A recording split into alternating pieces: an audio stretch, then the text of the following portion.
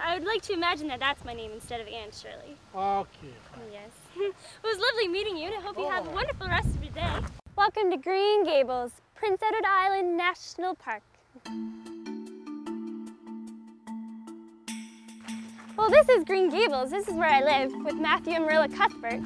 They're very nice people. You should definitely come over and visit sometime. Marilla is such a wonderful cook. You know, she was trying to teach me to cook, but I assure you it is an uphill battle.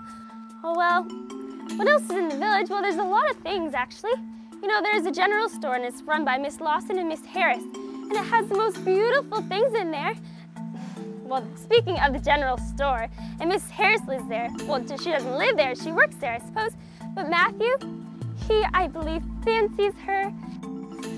So this is the path that leads to where the cow's pasture is, and this is where we like to take the cows to milk them. But you know, in my imagination, I like to imagine that this is Lover's Lane, and this is where lots of people would have came with their bows, and well, I would imagine that someday I would come down here with my bow. There is a family who came to Avonlea Village once, and their parents had named all of their children after characters of the novel of Anne of Green Gables. And so there is a Matthew, a Marilla, an Anne, a Diana, and there's also a Gilbert. This is the church where Alan Montgomery used to attend church services on Sunday when it was in New London.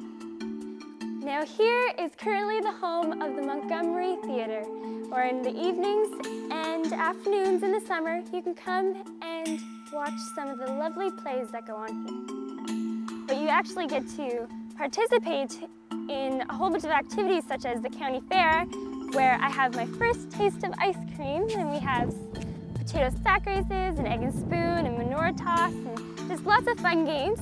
And we also perform skits from the novel.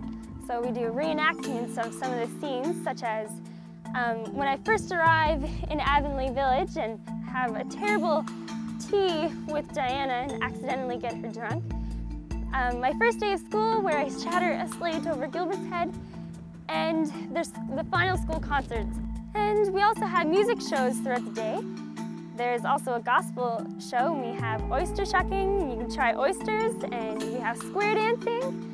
And it's just lovely, and you get to taste all sorts of chocolates, and there's also a restaurant right there, and the general store that has lots of beautiful things in there that you can buy. And you get to actually participate in the cow milking as well, and we have pig races in the afternoons.